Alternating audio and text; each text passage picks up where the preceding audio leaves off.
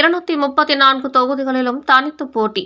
அகில பாரத இந்து மகாசபா மாநில தலைவர் அறிவிப்பு.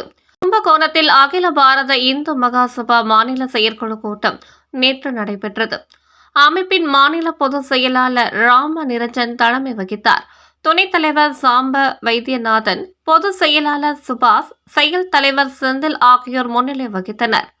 சிறப்பு அழைப்பாளராக பங்கேற்ற மாநில தலைவர் பாலசுப்ரமணியன் செய்தியாளர்களிடம் கூறியது, விநாயகர் சதுர்த்தியை ஒட்டி தமிழகம் முழுவதும் வீதி தோறும் விநாயகர் என்ற அடிப்படையில் அனைத்து இந்துக்கள் வீடுகளிலும் விநாயகர் சிலைகளை வைத்து கொண்டாடுவது தொடர்பான முன்னெடுப்பை அகில பாரத இந்து மகாசபா மேற்கொள்ள உள்ளது.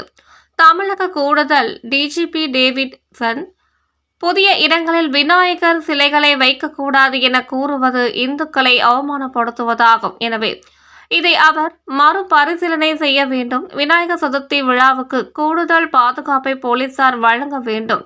மயிலாடுதுறை மதுவிலக்கு அமல் பிரிவு டிஎஸ்பி சுந்தரேசன் பணியிடை நீக்கம் தமிழக காவல்துறையின் செயல்பாடுகளை கேலிக்கு உரியதாக்கி உள்ளது. எனவே அவர் மீது எடுக்கப்பட்ட நடவடிக்கையை தமிழக அரசு மறுபரிசீலனை செய்ய வேண்டும்.